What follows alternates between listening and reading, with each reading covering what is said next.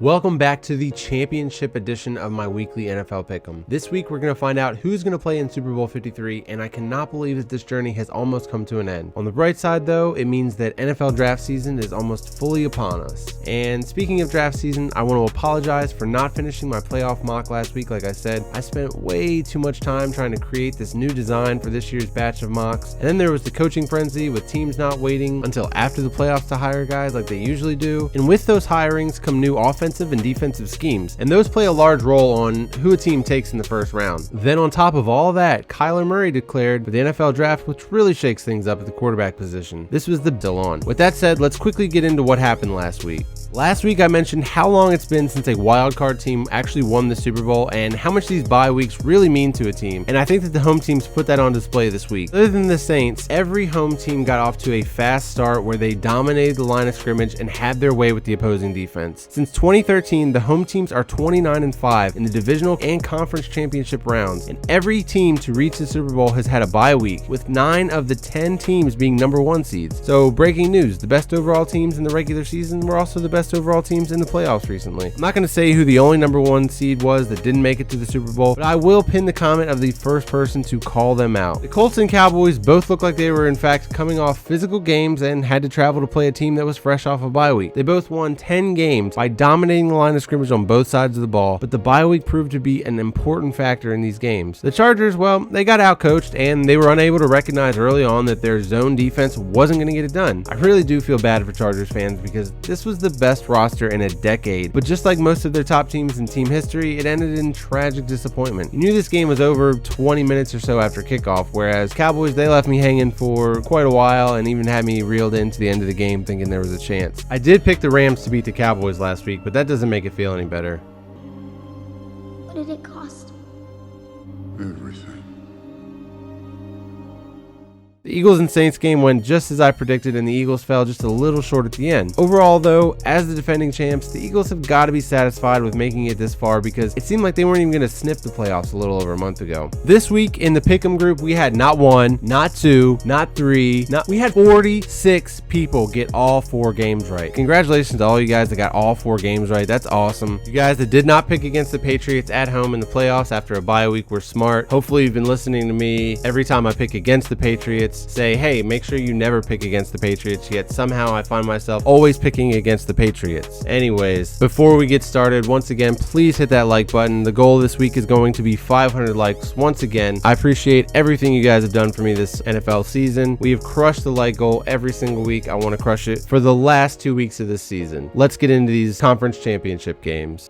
So if you want to know the method to making it to the Final Four in the NFL, this is how it's done. These conference championship games are matchups of the top 2 seeds and the top 4 passing games in the NFL this year according to Football Outsiders' DVOA rankings. So it's no secret on what the Super Bowl formula is in today's NFL. And if you don't have a top passing attack, you're probably not getting it done at the highest level of play. And this year it seems like it helps to have a city name with 2 words. First up, we've got Rams at Saints. The Rams were so close to hosting the NFC Championship game for a chance to redeem themselves for the previous game against the Eagles, but they find themselves in another rematch from 2018 with the Saints. The Saints won the previous matchup 45-35 to give the Rams their first loss on the season. This was the game of the year for about 2 weeks until the Chiefs at Rams took over, but the Rams and Saints game was a fast-paced, heavyweight battle with both teams delivering blow after blow early and often. It was 14-14 and pretty obvious that field goals were just not going to be worth that much in the end and that you needed to score touchdowns on every drive possible. But after a fumble by Mark Ingram, the Rams offense stalled to capitalize on the short field position, but then they made the ballsy call to fake the field goal with holder Johnny Hecker. I'm pretty sure everyone outside of New Orleans knew that this was a terrible spot, and it was obvious that he made it to the first down marker, yet somehow it was still called short even after the refs reviewed it. My issue with this call was that it just sucked the life out of this game. And then the next thing you know, the Saints were up 35-17 going into halftime. Conspiracy theory aside, guys, the Rams could not stop the passing attack of the Saints. Drew Brees was carving up their secondary with ease. Luckily, the Rams came out at halftime and they stormed back to tie the game up 35-all. But the Saints defense responded and Michael Thomas proceeded to eat Marcus Peters for lunch for the game-winning touchdown. Marcus Peters was only a little bit salty after the game.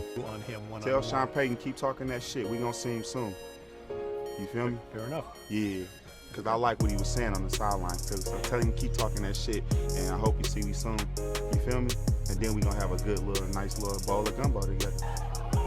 The Rams have a few personnel changes in this rematch that could have a big impact. Cooper Kupp was a big part of this offense, and they haven't been rolling to quite the same degree ever since he went out. And then Aqib Talib was out for a majority of the regular season with random injuries here and there, but he's back now and should be a much better matchup for Michael Thomas. One guy I'm looking forward to having a big game is Brandon Cooks. He's back in New Orleans once again, and you know he would love to go off in this one. Really though, I just want to see the guy play an entire game because it seems like he always gets hurt in these big games. The Saints lost Sheldon Rankins last week, and he's been a huge part of their defense being one of the best at stopping the run this year. And then the left side of their offensive line is really banged up with Ron Armstead dealing with a pec injury and Andrews Pete. He's got an injured hand, and he played really poorly against the Eagles, committing 4 holding penalties. So now we're at the point where you have to wonder if him playing hurt is actually going to be worse than a healthy Cameron Tom, who's the backup. These guys in the trenches could be a big factor for the Saints if they're going to neutralize Todd Gurley and Aaron Donald once again. I've been on the Rams for a while, and I'm not backing down now. My gut tells me to pick the Rams,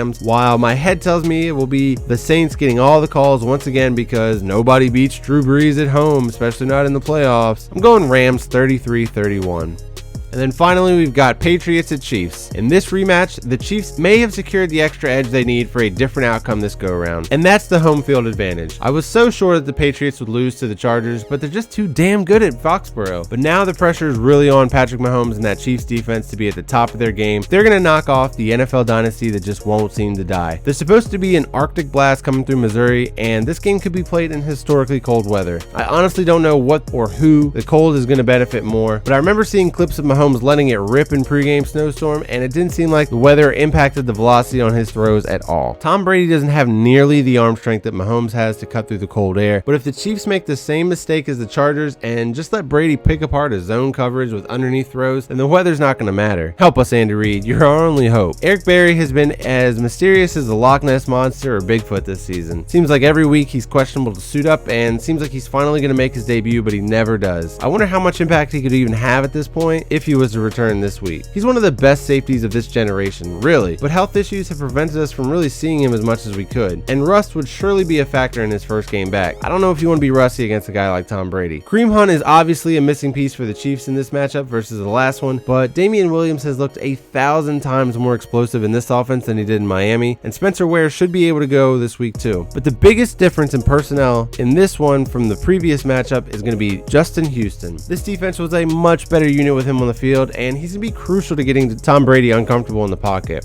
The difference in the Patriots when they're home and away should be pretty concerning for them heading into Arrowhead. In Foxborough, they were 9-0 this year with a margin of victory at almost 16 points a game, so they were blowing people out there. But on the road, the Patriots were 3-5, and those 5 road losses came against some juggernauts like the Jaguars, Titans, Lions, Steelers, Dolphins, whereas the Chiefs were also so dominant at home this year, going 9-1, with that one loss coming at the hands of the division rival Chargers late in the season. As I always say, you just really can't bet against the Patriots. You cannot count them out of anything, even if they have been trash on the road this season. While I was pretty confident in the Chargers upsetting the Patriots last week, and I still feel like the Chargers have the better overall roster, I feel even better about the Chiefs this week at home than I did about the Chargers. Where I misjudged the Chargers was their coaching staff and thinking that they would be ready for a bye-week Belichick. But Andy Reid is the guy to do it. He's the guy that can do it. I think... No. I pray that he's the guy to get it done. Chiefs win 28-24.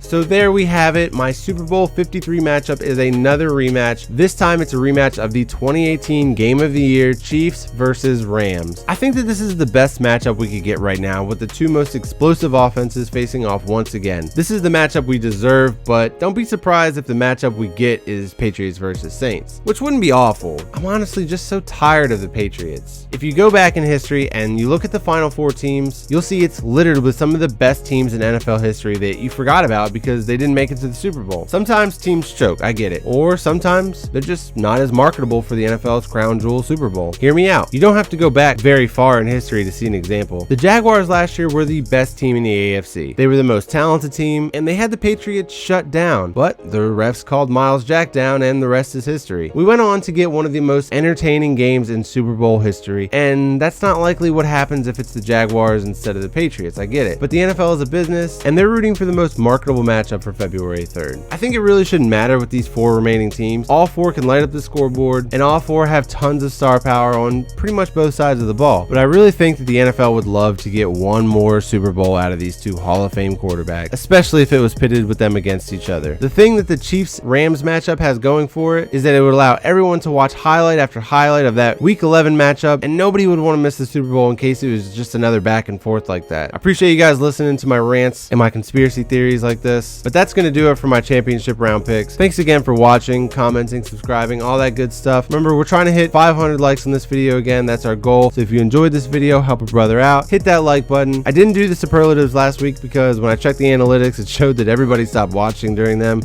So we're going to skip them. It was a cool idea. I appreciate you guys that mentioned ideas for it, but I will have my mock draft ready to post as soon as the AFC Championship game is over. Thank you for being one of those legends that stays to the end, and I will see you all in the next video.